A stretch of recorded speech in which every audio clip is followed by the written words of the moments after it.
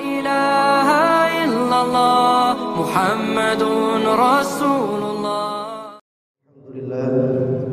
الحمد لله الذي أنزل السكينة في قلوب المؤمنين ليزدادوا إيمانا مع إيمانهم. أشهد أن لا إله إلا الله وحده لا شريك له وأشهد أن محمدا عبده ورسوله لا نبي ولا رسول بعده. اللهم صل على محمد وعلى آله وأصحابه ومن تبعهم بإحسان إلى يوم الدين. يا أيها الذين آمنوا اتقوا الله حق تقاته ولا تموتن إلا وأنتم مسلمون.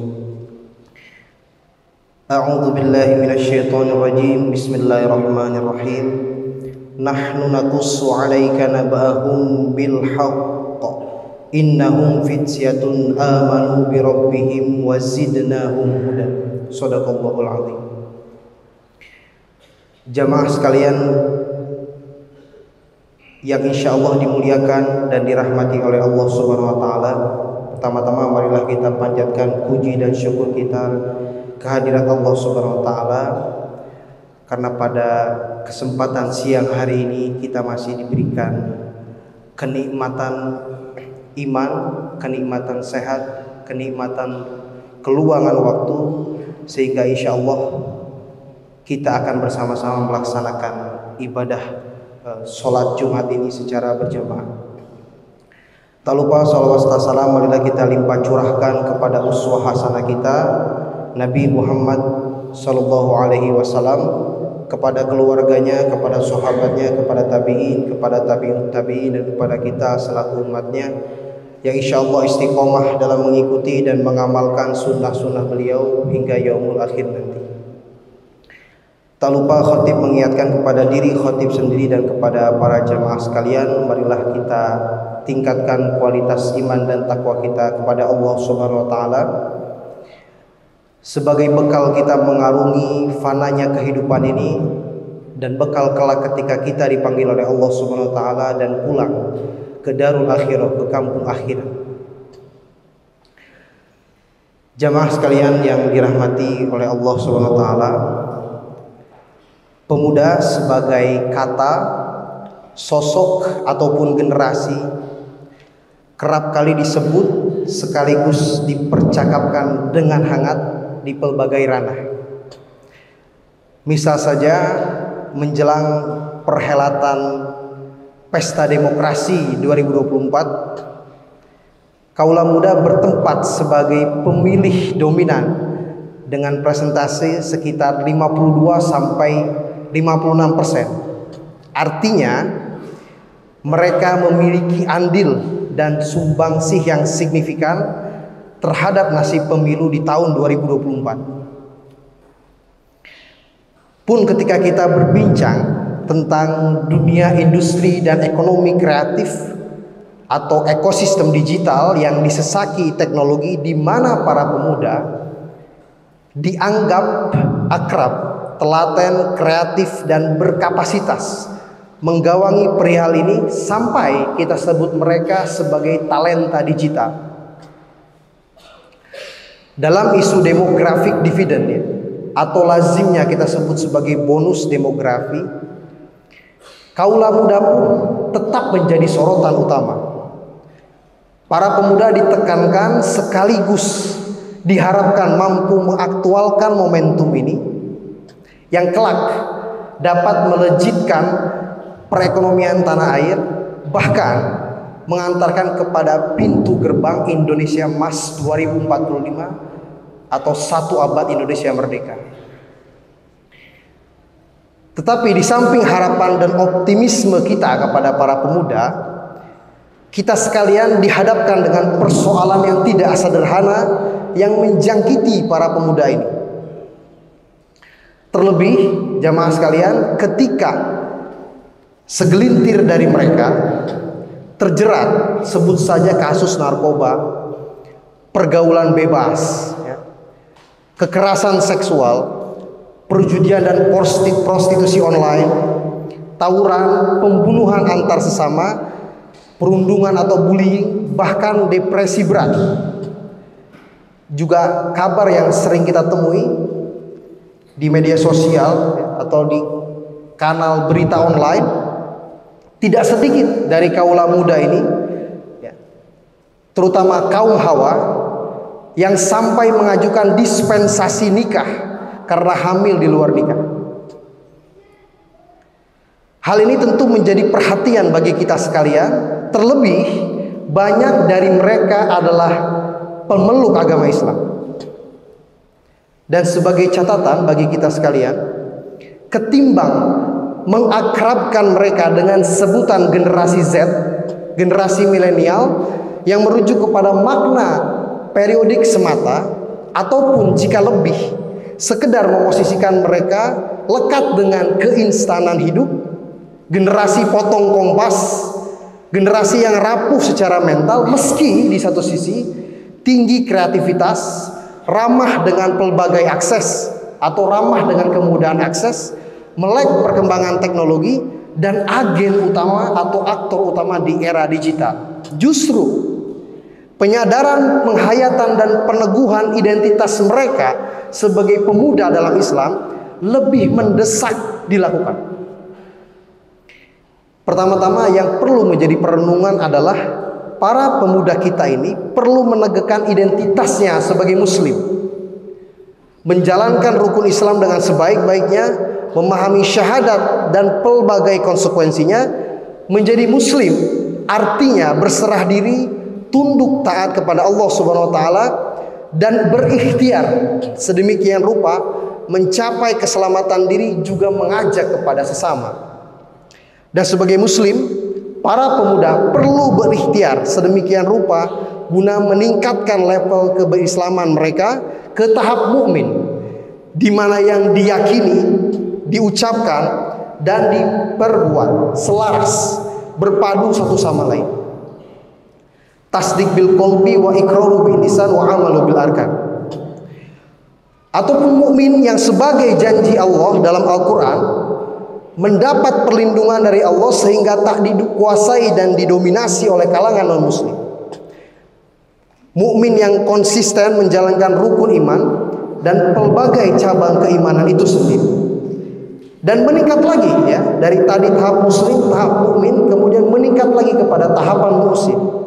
Yang di situ terpancar akhlak yang luhur, akhlakul karimah, di mana segala bentuk peribadatan tegak di atas niat yang bersih, suci, karena tidak lain dalam proses peribadatan tersebut kita melihat dan menyaksikannya, atau jika tidak meyakini bahwa Allah melihat kita.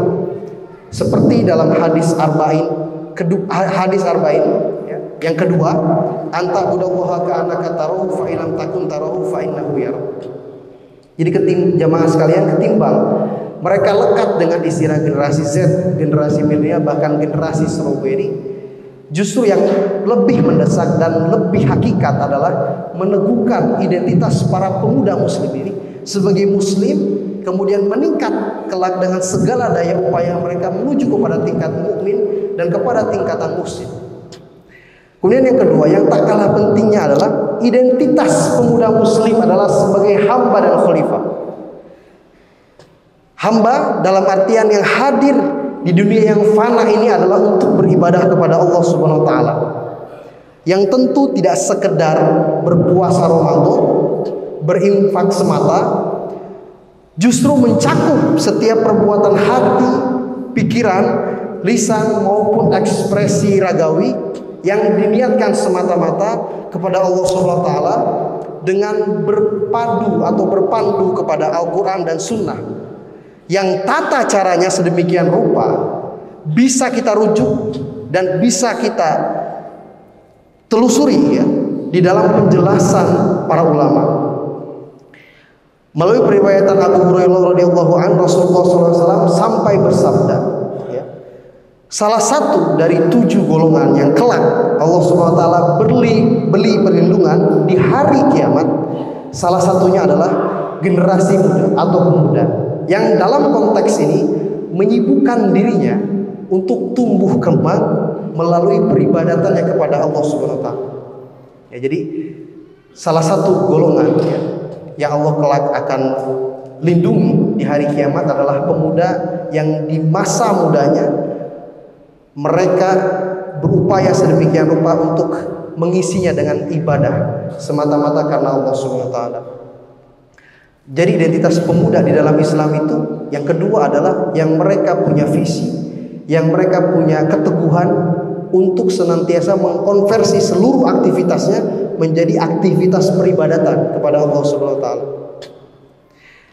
Kemudian yang berikutnya sebagai khalifah, yang dalam artian ini adalah memelihara, merawat, mengawal setiap ciptaannya agar berada pada kondisi yang kita sebut sebagai proper place atau kondisi yang semestinya sesuai dengan fitrah penciptaannya, menegakkan ajaran agama sebaik mungkin yang dimanifestasikan melalui aktivitas amar ma'ruf nahi mungkar yang tentu bermuara pada tegaknya keadilan dan ranumnya kebermanfaatan dan kemaslahatan.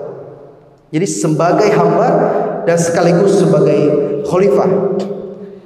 Kemudian yang patut kita garis bawahi, pemuda muslim adalah yang senantiasa mengikatkan dirinya kepada warisan intelektual, kearifan, kebijaksanaan yang terbentang dalam peradaban Islam maupun warisan yang ditransmisikan tokoh-tokoh bangsa kita ini. Kita coba kutip ungkapan dari penulis Swedia bernama Jurilina dalam bukunya Architects of Deception, The Concealed History of Freemasonry. Cukup relevan sebetulnya untuk kita refleksikan dan kita kaitkan dengan identitas pemuda muslim ini. Ia menyebut 3 cara guna melemahkan dan menjajah suatu negeri. Yang pertama adalah kaburkan sejarahnya. Yang kedua, hancurkan bukti-bukti sejarahnya agar tidak bisa dibuktikan kebenarannya. Dan yang terakhir, putuskan hubungan mereka dengan leluhurnya, dengan yang dianutinya. Katakan bahwa yang dianutinya itu adalah bodoh dan primitif. Maka itu jamaah sekalian, penting bagi para pemuda muslim untuk menggali warisan intelektual di dalam peradaban Islam dan sekali lagi yang terkandung di rahim Ibu Pertiwi ini, agar mereka bisa terlepas dari penjajahan intelektual yang pada akhirnya sekedar membuat kebimbangan serius terhadap identitasnya. Lebih-lebih mereka dapat terkurung di dalam keadaan yang dinamakan krisis identitas. Ingat yang disampaikan oleh presiden pertama kita, ya, Bung Karno, jas merah. Jangan sekali-sekali meninggalkan sejarah. Tentu bukan dalam artian menjiplak atau mengcopy paste penuh. Yang terpenting adalah menyerap prinsip-prinsipnya, nilai-nilainya, hasanah keilmuan, kearifan atau kebijaksanaan untuk meneguhkan identitas para pemuda kita, serta tentunya menjawab pelbagai tantangan dan problematika kini dan ke depan. Nampaknya penghayatan dan perenungan kembali terhadap makna pemuda dalam Islam menjadi harus terus aktual masa ke masa. Tentu jamaah sekalian, kita semua ini memiliki tanggung jawab besar untuk melahirkan, mengawal, memandu generasi muda dengan sebaik-baiknya. Butuh kolaborasi pelbagai pihak untuk menghadirkannya, baik dari segi pemerintah, pemangku kebijakan yang terkait, institusi pendidikan, maupun keluarga sebagai tempat penggemblengan awal dan utama generasi muda. Ya, terkadang kita tidak mencermati bahwa peran keluarga itu begitu signifikan dalam melahirkan generasi-generasi terbaik bangsa ini. Maka ketika kita merujuk kepada pendidikan pemuda, itu tidak boleh dilepaskan dari institusi penting ini, yakni keluarga, yang justru tadi menjadi tempat penggemblengan awal dan utama bagi para pemuda kita ini. Tidaklah mungkin, sekali lagi jamaah sekalian, para pemuda berkualitas bangsa ini kelak hadir membawa perbaikan bagi bangsa ini kalau kita sekalian, sekali lagi, tidak mulai menginsafi hakikat kedirian kita dengan sebenar-benarnya, sekaligus menjadi panutan dan teladan bagi mereka. Tentu sekali lagi para pemuda butuh teladan, butuh sosok. Maka dari itu tadi pemuda muslim harusnya terus mengikatkan diri mereka terhadap warisan intelektual, kebijaksanaan dan kearifan. Yang kita bisa cek, yang kita bisa telusuri khususnya dalam konteks bangsa ini adalah kepada tokoh-tokoh yang punya peran penting, yang punya integritas dalam membangun bangsa ini. Sebut saja Buya Hamka, Ki Bagus Hadikusumo, Kiai Haji Hasyim Asy'ari, Muhammad Natsir dan lain-lain. Tentu prinsip semangat mereka untuk memperbaiki bangsa ini, untuk menghadirkan kedaulatan bagi bangsa ini perlu kita contoh sebagai pemuda. Sehingga para pemuda ini tidak mengidolakan tokoh yang sebetulnya tidak perlu diidolakan, ya. Tetapi spirit kehidupan mereka, ruh kehidupan mereka itu bisa mencontoh generasi-generasi terbaik yang pernah lahir di bumi pertiwi ini. Apalagi mencontoh langsung kepada Nabi Muhammad, kepada para sahabat, kepada para ulama yang tentu punya peran penting, ya, bagi tegaknya agama Islam di muka bumi ini. Barakallahu li wa lakum fil Qur'anil azim wa nafa'ni wa iyyakum bima fihi minal ayati wa dzikril hakim wa taqabbala minni wa minkum tilawatahu innahu huwal ghafurur rahim.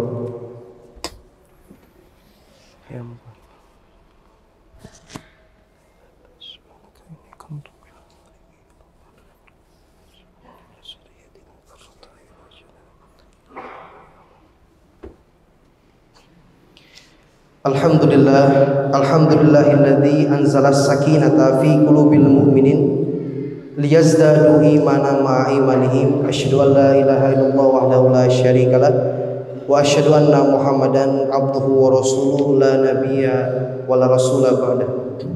Allahumma shalli ala Muhammad wa ala alihi wa ashabihi wa man tabi'ahum bi ihsanin ila yaumiddin.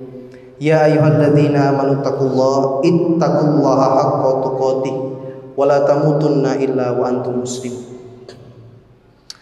Jamaah sekalian, di khutbah yang kedua ini sekali lagi marilah kita refleksikan kembali, ya, bahwa para pemuda muslim saat ini mesti dan harus, ya, salah satunya, ya, kalau kita merujuk kepada Al-Quran, mencontoh, meneladani integritas, ya, para pemuda Ashabul Kahfi yang tentu sekali lagi dapat menjadi figur bagi mereka, di mana para pemuda Ashabul Kahfi ini teguh, ya, meneguhkan, memantapkan keimanan mereka meskipun banyak tantangan yang mereka hadapi, ya, banyak ancaman yang mereka hadapi, tetapi karena keteguhan iman itu Allah Subhanahu wa taala memberikan perlindungan kepada mereka dan terus menambah petunjuk kehidupan bagi mereka, sehingga kehidupan mereka semakin ternavigasi, semakin terarah, semakin jelas. Tentu dalam tanda petik sebagai bentuk peribadatan mereka kepada Allah Subhanahu wa taala. Sebagai penegasan, mudah-mudahan kita sekalian adalah bagian dari kalangan umat Islam yang memiliki peran serta kontribusi signifikan terhadap tumbuh kembangnya generasi muda yang mumpuni secara spiritual, intelektual, moral maupun sosial, sehingga benar-benar kelak bisa mengantarkan bangsa ini kepada kemerdekaannya yang hakiki. Sekurang-kurangnya bonus demografi tidak bertransisi menjadi bencana demografi, atau tagline Indonesia Emas 2045 tidaklah menjadi isapan jempol semata. Mari jamaah sekalian kita berdoa kepada Allah Subhanahu wa taala, mudah-mudahan kita senantiasa dikaruniai, diberkahi dan dirahmati oleh Allah Subhanahu wa taala. Allah pun curahkan pula rahmatnya untuk bangsa kita tercinta ini maupun saudara-saudara kita di belahan bumi lain, wabil khusus saudara-saudara kita di Palestina. Mudah-mudahan Allah anugerahkan sebenar-benarnya kemerdekaan bagi kita sekalian. Innallaha wa malaikatahu yusholluna 'alan nabi ya ayyuhalladzina amanu shollu 'alaihi wa sallimu taslima. Allahumma sholli ala sayyidina wa habibina wa syafi'ina wa maulana Muhammad wa sallim radhiyallahu tabaraka wa ta'ala an kulli sahabatin ashabi Rasulillah ajma'in. Amin amin ya Allah ya rabbal alamin. Alhamdulillahi rabbil alamin hamdash syakirin hamdan na'imin hamdan yu'afi ni'amahu wa yukafi mazidan يا ربنا لك الحمد كما ينبغي لجلال وجهك الكريم وعظيم سلطانك. الحمد لله الذي أرسل رسوله بالهدى ودين الحق ليظهره على الدين كله وكفى بالله شهيدا. اللهم اغفر للمسلمين والمسلمات والمؤمنين والمؤمنات الأحياء منهم والأموات إنك السميع قريب مجيب الدعوة ويقضي الحاجات. اللهم اغفر لنا ولوالدينا وللمؤمنين يوم يقوم الحساب. اللهم إنا نسألك سلامة في الدين وعافية في الجسد وزيادة في العلم وبركة في الرزق وتوبة قبل الموت ورحمة عند الموت والمغفرة بعد الموت. اللهم هون علينا في سكرات الموت والنجاة من النار والعفو عند الحساب. اللهم افتح لنا حكمتك وانشر علينا رحمتك من خزائن رحمتك يا أرحم الراحمين. ربنا هب لنا من أزواجنا وذرياتنا قرة أعين واجعلنا للمتقين إماما. ربنا آتنا في الدنيا حسنة وفي الآخرة حسنة وقنا عذاب النار. وصلى الله على سيدنا محمد النبي الأمي وعلى آله وصحبه وبارك وسلم. سبحانك ربك رب العزة عما يصفون وسلام على المرسلين والحمد لله رب العالمين. عباد الله إن الله يأمر بالعدل والإحسان وإيتاء ذي القربى وينهى عن الفحشاء والمنكر والبغي يعظكم لعلكم تذكرون. فاذكروا الله العظيم يذكركم واشكروه على نعمه يزدكم ولذكر الله أكبر. لا إله إلا الله محمد رسول